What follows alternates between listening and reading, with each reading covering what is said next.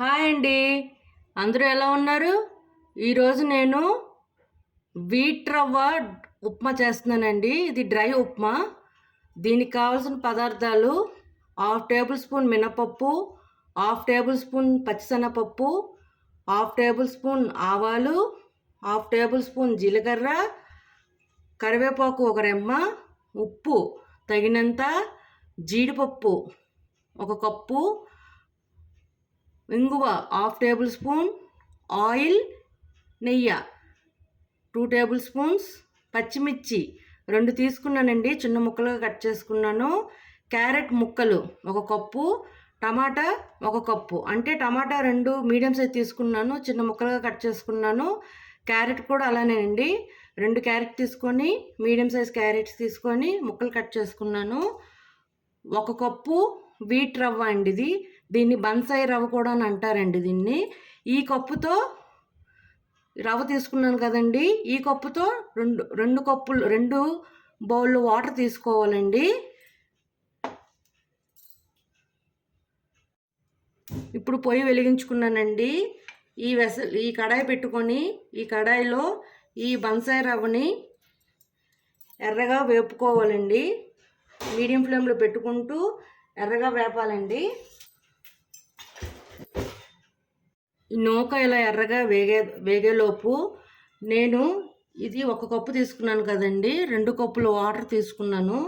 ఈ 2 కప్పుల వాటర్ని వేడి చేద్దామండి. ఇది వేగేలోపు బాగా మరగనిద్దాం. చూడండి, ఈ నూక ఇలా ఎర్రగా వేపుకున్నానండి. ఇప్పుడు దీన్ని ఒక ప్లేట్లోకి వేసుకుంటున్నాను.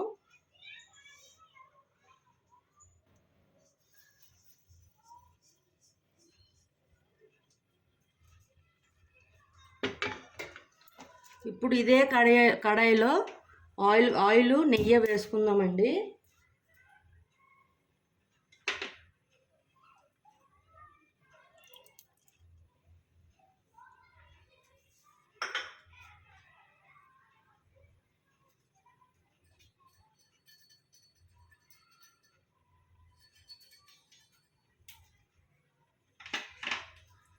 ఈ ఆయిల్ నెయ్యి వేడెక్కిందండి. ఇప్పుడు దీనిలో మినపప్పు, శనగపప్పు వేసేస్తున్నానండి.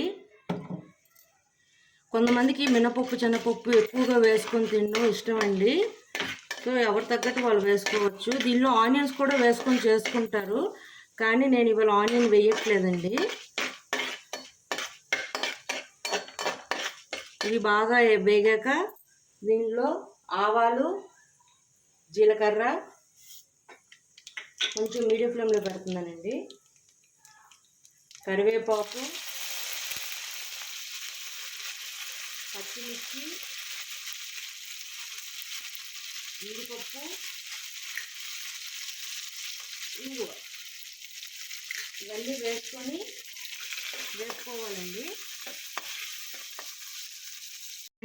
ఇవన్నీ ఎర్రగా వేగిపోయండి. ఇప్పుడు మనం క్యారెట్ ముక్కలు వేసేస్తున్నానండి.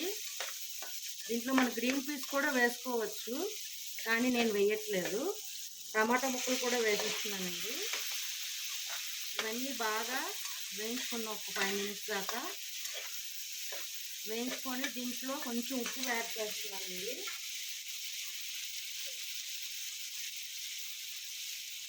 ఉప్పు యాడ్ చేసిన తర్వాత ఇది స్లోలో పెట్టి ఒక 10 to 15 మినిట్స్ ఈ ముక్కలన్నీ మగ్గనిద్దామండి. కొంచెం మెత్తగా మూత పెట్టేస్తాను. ఇలా ముక్కలు మెత్తగా అయిపోయాయండి. ఇప్పుడు దీంట్లో మనం ముందుగా మరగపెట్టి ఉంచుకున్న హాట్ వాటర్ని వేసేస్తున్నానండి.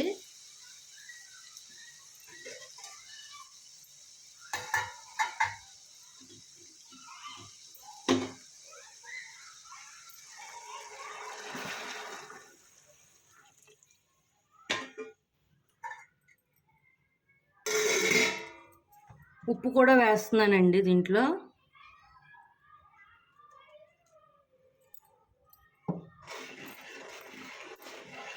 ముందు కొంచెం వేసుకున్నాము, ఇప్పుడు కొంచెం వేసుకున్నాను. సరిపోయిందో లేదో చూసుకొని మళ్ళీ సాల్ట్ అడ్జస్ట్ చేసుకోవచ్చు.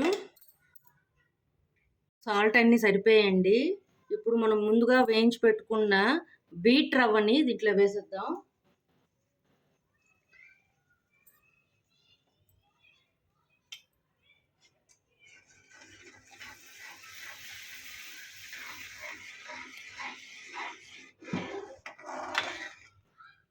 వేడి నీళ్ళు మరిగించుకొని వేసుకుంటే తొందరగా ఉడుకుతుందని బాయిల్ చేసి పెట్టుకున్నానండి ముందు.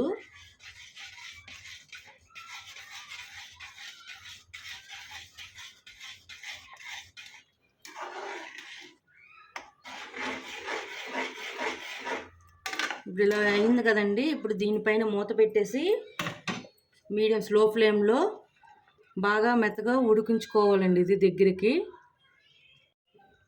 మూత పెట్టేసి అలా వదిలేయకూడదండి.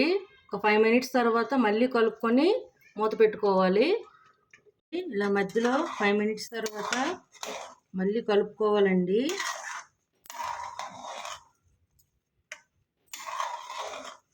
కలుపుకొని మళ్ళీ మూత పెట్టేసుకుందాం.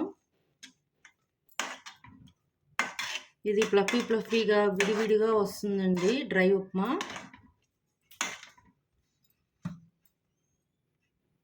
ఇలా పర్ఫెక్ట్గా కుక్ అయిపోయిందండి. ఎంత పొడి పొడిగా చక్కగా వచ్చిందండి.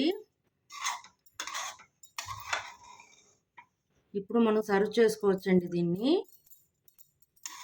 దీనిపైన లెమన్ వేసుకొని కొబ్బరి చట్నీ కాంబినేషన్తో సూపర్ ఉంటుందండి ఉప్మా.